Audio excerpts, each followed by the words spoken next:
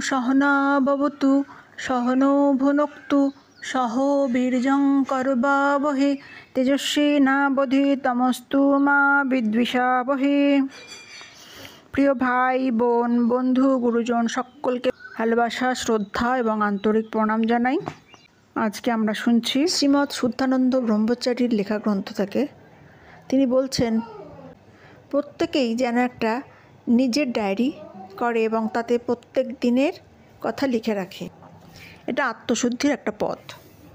নিজের জীবনের শুরু থেকে সব কিছুকে স্মৃতিচারণ করে লেখার চেষ্টা করো। শিশু অবস্থা থেকে আজ অবধি তোমার জীবনের সব ঘটনা, পরম্পরা এবং তোমার চেতনার ক্রমোন্নতি বা অবনতির অবস্থাগুলি লিখে ফেলো।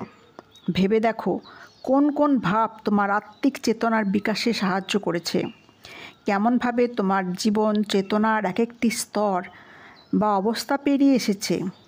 অন্ধকার থেকে আলোকের জগতে, অবিশ্বাস থেকে বিশ্বাসের জগতে, অশ্রদ্ধা থেকে শ্রদ্ধার ভূমিতে, কেমনভাবে কোন গভীর বেদনা বা দুঃখদায়ক ঘটনা তোমার জীবনে নিয়ে এসেছে ঈশ্বরের সঙ্গে মিলনের বার্তা। এখনও এমন কোনো পরিস্থিতি কি তোমাকে দুঃখের মধ্যে ঠেলে দেয়, মনের বোঝা হয়ে আছে? ভাবো তো ওই বোঝা বয়ে তুমি জীবনে দুঃখ ছাড়া আর কী পেয়েছো?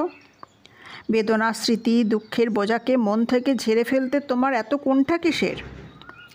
তুমি কি মুক্ত হতে চাইছো? সংসারের কষ্ট আর সহ্য হচ্ছে না?